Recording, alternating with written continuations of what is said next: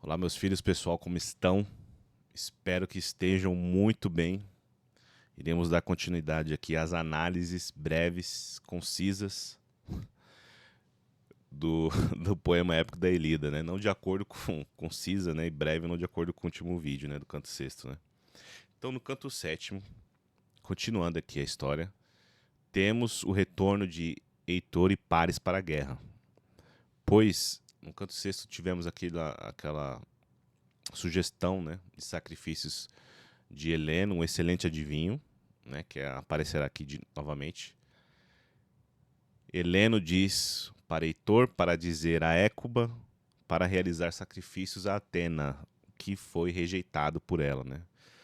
E teve aquela troca de farpas entre Heitor e Paris, né? E aquela interação de Helena com Heitor, muito bonita e para muitos o canto mais comovente e emocionante por conta das falas entre Heitor e Andrômaca, sua mulher, né? E ali descobrimos o trágico destino, né? O trágico fado, que nem diz aqui Carlos Alberto, imposto a ela pelos deuses através das mãos de Aquiles, né? Com a tragédia final ainda por vir. Bom, no canto sétimo, o ponto alto aqui, o ápice do canto, é a batalha entre Ájax e Heitor. Ájax Telamônio, né? O poderoso. Bom, aqui eles estão retornando. Eles Pares já matam aqui, Heitor mata outro ali. E aí temos aqui uma interação entre Atena, deusa Palas Atena, e Febo Apolo, né? Que ele vai dizer para que Apolo falando para Atenas, né? Fora bem mais proveitoso que, verso 28, agora um conselho me ouvisses, tréguas façamos por hoje somente, aos combates e lutas. Mas amanhã reinicie-se a fera peleja até que Ílio ponham por terra os aqueus, visto que ambas, ó deusas eternas, determinastes que seja destruída esta bela cidade. Apolo fala isso, mas logicamente ele está do lado dos troianos, né? Atena vai responder que ela estava aqui para isso mesmo, que ela queria lá para promover uma trégua, né? Aí fala assim, como que a gente vai fazer isso? E eles bolam um plano, né, para que disse-lhe então, verso 40, 39, 38, 37. Disse-lhe então, em resposta, o nascido de Zeus Febo Apolo: a alma ardosa de Heitor, o ginete esforçado, incitemos a provocar para duelo a qualquer dos aquivos guerreiros que, porventura, se atreva a lutar corpo a corpo com ele. Né? E ele vai continuar, né? Ele fala que os acaios vão fazer alguém lutar, etc, para ter um empate ali e se dar a trégua, né? Porque se tem morte de qualquer dos lados, não vai ter a trégua por eles desejadas, né? Pelos deuses desejada. E no verso 44, Helena aparece. Na alma sentiu logo Heleno, nascido de primo, que quanto era agradável aos deuses a ideia que então lhe ocorrera, né? Ele vai falar para Heitor: filho de Príamo, Heitor, semelhante a Zeus grande no engenho, na qualidade de irmão, poderei ministrar-te um conselho? Aí ele vai falar do duelo, né? E aí Heitor vai desafiar essa parte que é interessantíssima. Ele fala para os teucros recuarem, Heitor, né? Aqui Heleno fala do plano para ele desafiar alguém, para ter um duelo e tal. Ele vai falar para os teucros recuarem. Agamenon percebe e manda também os gregos recuarem também, para ver o que vai acontecer. Houve uma movimentação estranha, né? Heitor ficou feliz com essa ideia de duelo e ele desafia os gregos, né? Os acaios, né? Os argivos para no duelo, né?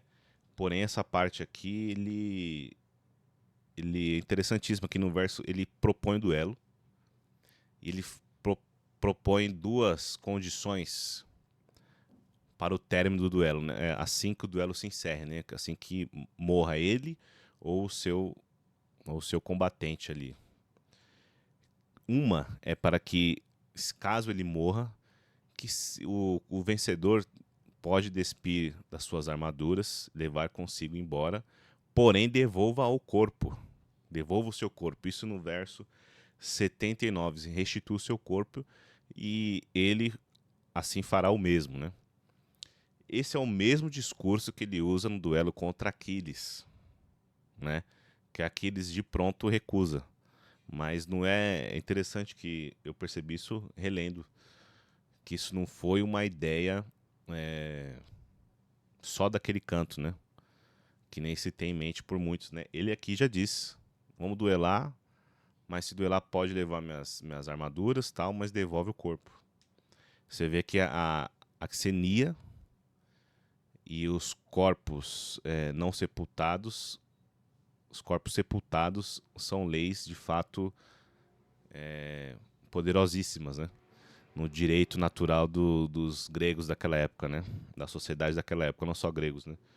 Porém que eles mesmos estão desrespeitando os próprios troianos, né? Segurando que nem mais pra frente veremos, né? Bom, ele vai falar aqui, mas restitua meu corpo, que possam depois os troianos e as venerandas consortes a pira sagrada entregá-lo. Aqui Heitor desafiando as tropas dos aqueus. Ele fala que vai fazer o mesmo, né? Só que aqui tem outro traço de Heitor, né? Heitor nessa florzinha que se cheire, né? O bastião moral, que nem muitos imaginam, né? Bom, ainda tem esse caso dessa lei da xenia ser infringida. E aqui ele mais para baixo fala isso, né? Que ele fala do corpo, ele fala que vai falar assim que vocês pegam o corpo, fazem ali um sepulcro para ele, tal, terra, façam um monumento e etc, né? Ele vai falar mais para frente no verso 89. Eis assim que as pessoas passam, depois de muitos anos, assim que as pessoas passarem ali, vão falar o seguinte: eis o sepulcro de um homem que a vida perdeu há bem tempo. Pelo admirável Heitor, em combate esforçado, foi morto. Heitor dizendo: isso dirão certamente, imortal há de ser a minha glória. Então, assim, além, juntou o útil ao agradável, né? Além da questão da xenia, podemos ver aqui que Heitor está pensando no seu Cleos, né? Na sua glória. Interessante, né? Não é só honra pela honra somente, né? Interessante que no verso 113, após um pouquinho antes, né? Após esse desafio lançado por Heitor, filho de Príamo, Menelau, nenhum dos aqueus fazem nada. Aqui, ó, isso disse ele, que ó, os presentes calados e quedos ficaram. Isso disse ele, Heitor, né? Aqui já é o Aedo falando. No verso 92, isso disse ele, os presentes calados e quedos ficaram. De recusar tinham pejo, porém a não ir, muito medo, né? Eles tinham receio de recusar a oferta, né? O desafio, mas eles tinham medo de aceitá-lo. Estão ali encruzilhadas, né? Até que por fim, continuando, Menelau se levanta e com termos violentos os companheiros censura, pois sua aflição era grande, né? E ali, sentindo como a guerra é por sua causa, né, entre aspas, ele aceita o desafio de bom grado. Mas aí os guerreiros acabam segurando ele, inclusive Agamenon. E Agamenon fala uma coisa aqui no 113 interessante, mas eu não boto fé não, né? Pelo que a gente vai ver o que acontece mais pra frente, o que aconteceu. Ele diz pra Menelau, depois conseguir segurá-lo, né, retê-lo ali para ele não ir no desafio de Heitor, porque aqui fala que Heitor era muito mais forte que ele. O Menelau dizendo, ou Agamenon dizendo, né, no verso 113, o próprio Aquiles, que muito te excede em virtude guerreira, mostra receio de vir a encontrá-lo no prélio homicida, né? E tá falando isso porque Aquiles não tá na batalha, né? Mas não que Aquiles tem medo. Assim, penso eu, né? Medo de Heitor.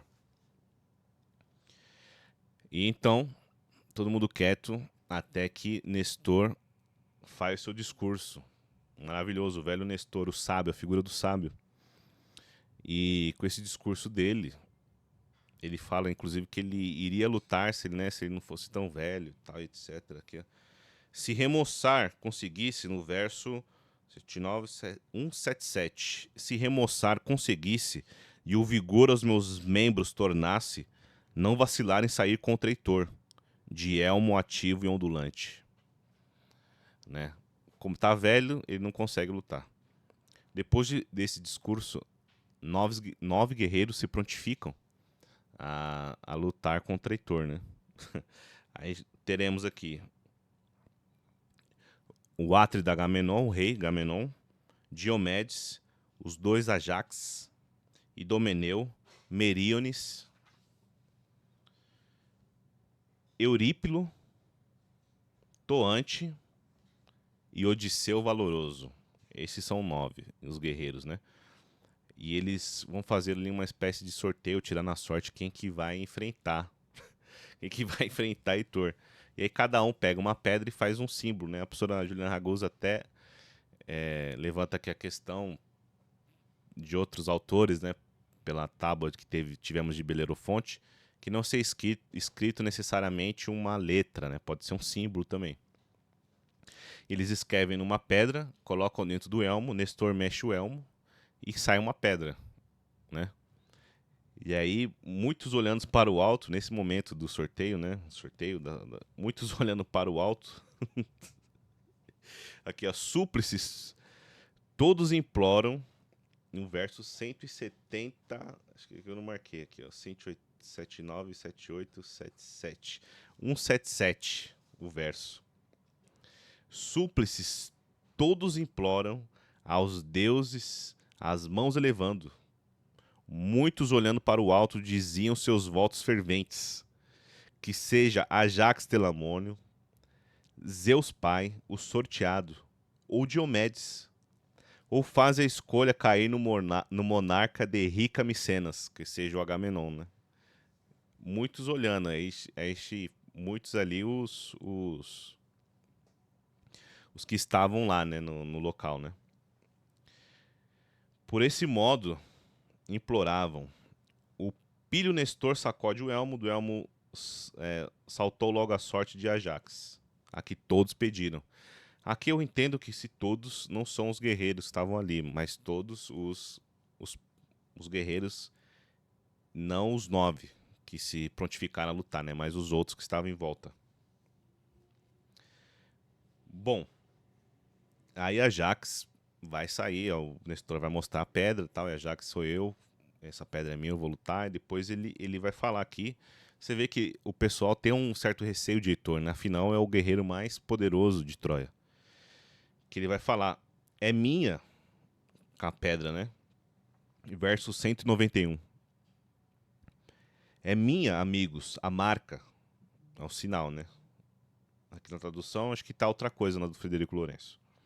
A marca, o que imensa alegria me causa, pois desse encontro com Heitor ainda espero sair vitorioso. Vamos! Enquanto me ocupo em vestir a armadura brilhante, endereçai fervorosa oração a Zeus, filho de Crono, mas em silêncio, que nada o percebam os homens troianos. Você vê que ali havia um certo medo, sim, de Heitor, né? E não podia demonstrar que eles estavam com medo, obviamente, né? Bom, depois ali, quando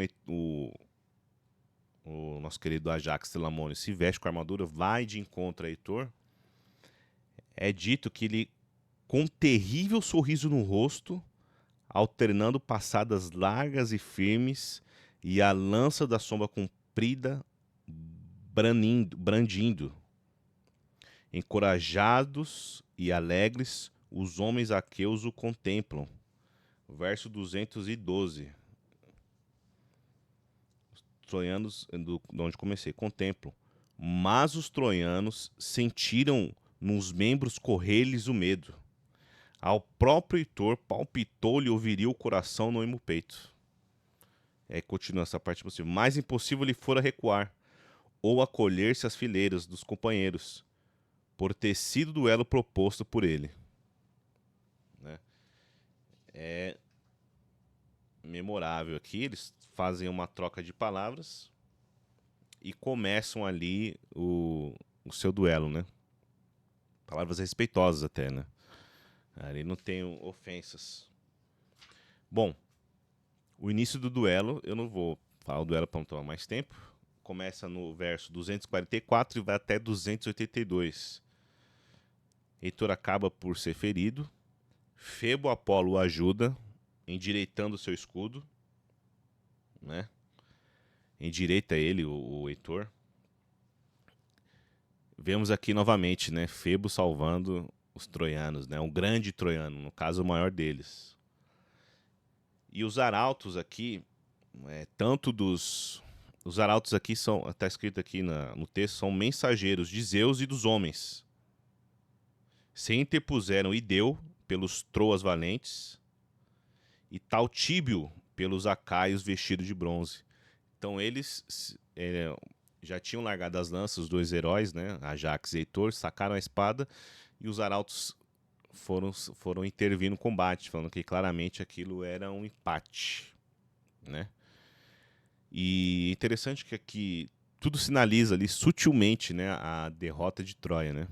Porque Heitor, quando ele vai voltando, tá falando que os troianos o acolhem, quase que não acreditam ali que ele foi salvo, né? Que ele está com vida, né? Que ele saiu do duelo com vida, né? Interessantíssimo.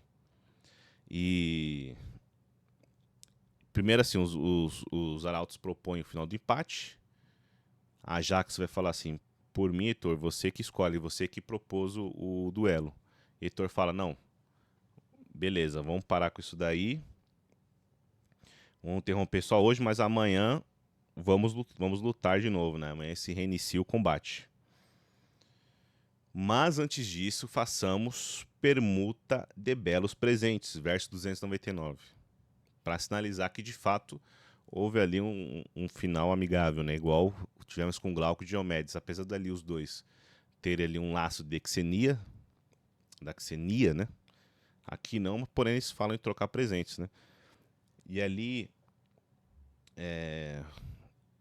Heitor dá uma espada de encravados de prata e Ajax dá um cinto púrpura.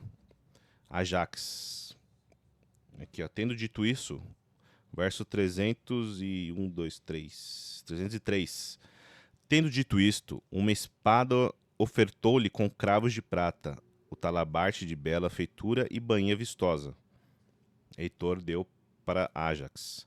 Ajax, cinto esplendente de púrpura. Ajax em retorno lhe oferta. Bom, aí um foi pro lado, outro pro outro, e tem essas falas que eu acabei dizendo, né? Que os troianos ali, maravilhados que Heitor retornou com vida, e Ajax voltando, os gregos ali, né? Os aqueus, eles comemoram a vitória de Ajax, porque ele acabou ferindo Heitor, né? Bom, aqui no verso 332, primeiro o Agamenon recebe o nosso querido Ajax fazendo sacrifício a Zeus, dando uma boa carne para ele, comemorando mesmo a vitória dele, né? 332. Com bois e mulos, depois os cadáveres todos nos carros transportaremos, a fim de queimá-los na pira sagrada, um pouco longe das naves, que os ossos possamos a cada filho entregar, quando a pátria querida por fim regressarmos, disse Agamenon, né? Agamenon queria ali aproveitar essa trégua para recolher os corpos de todos os gregos ali, dos aqueus mortos, né, no campo de batalha. Bom, Indo para o lado troiano, Heitor vai lá e se reúne com a galera, né? Junto às portas de Príamo, no alto da Acrópole de Ílio, em tumultuosa assembleia, os troianos também se reuniram. 347. Foi o primeiro a falar Antenor, de prudentes conselhos. Antenor é a figura de Nestor do lado troiano, né? Nestor do lado dos aqueus, Antenor dos troianos, né? Eu só não me lembro aqui se é dito que ele é tão velho, né? Que ele é velho, mas ele é sábio, prudente nos conselhos. Diz Antenor, né? Teucros, Dardânios e aliados, agora atenção prestai todos ao que vos digo, e no peito me ordena falar-vos o espírito. É conveniente aos dois nobres Átridas, Helena e os tesouros, restituir, pois forçoso será combater doravante, como perjuro que somos. Então aqui é o atestado do erro de Troia. Aqui na fala nosso querido Antenor, verso 347, canto 7º, né?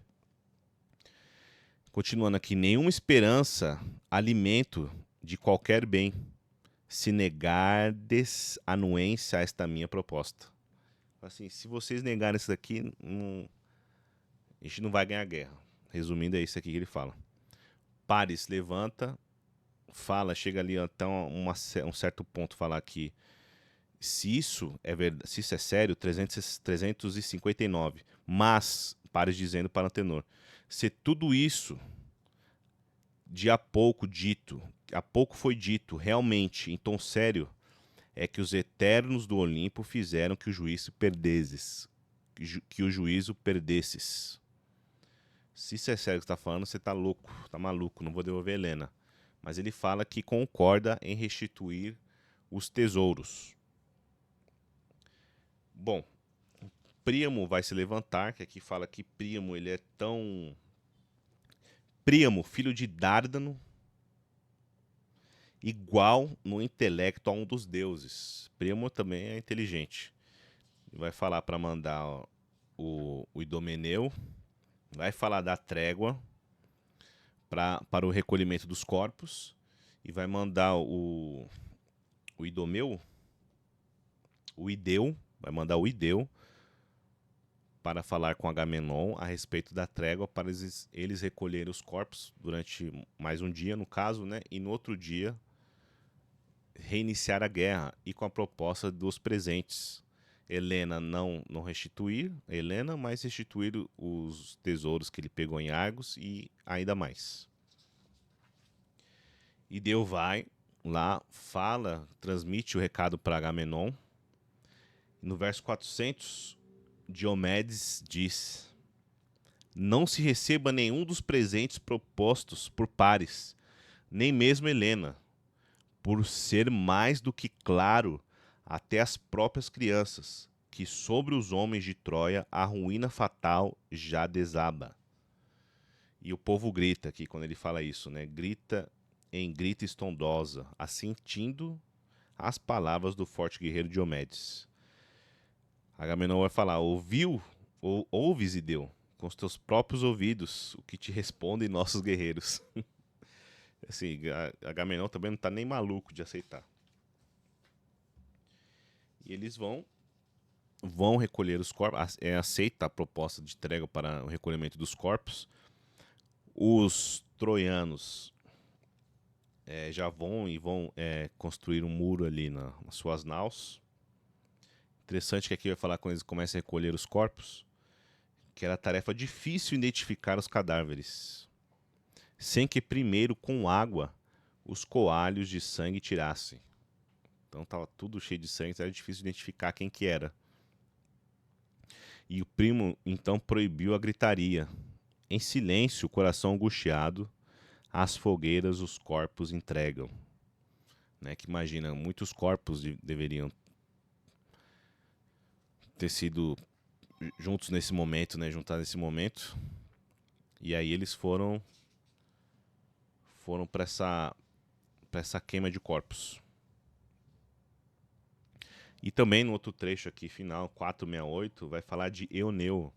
Euneu, filho de Jazão. O filho de Jazão, ele vai entregar ali, aqui nos revela uma parte da logística da guerra, né? Ele vai mandar navios com diversos suprimentos para manter os guerreiros alimentados, com vinhos, etc., para eles se manterem na guerra. Então, ficamos por aqui e voltaremos em breve, no canto 8.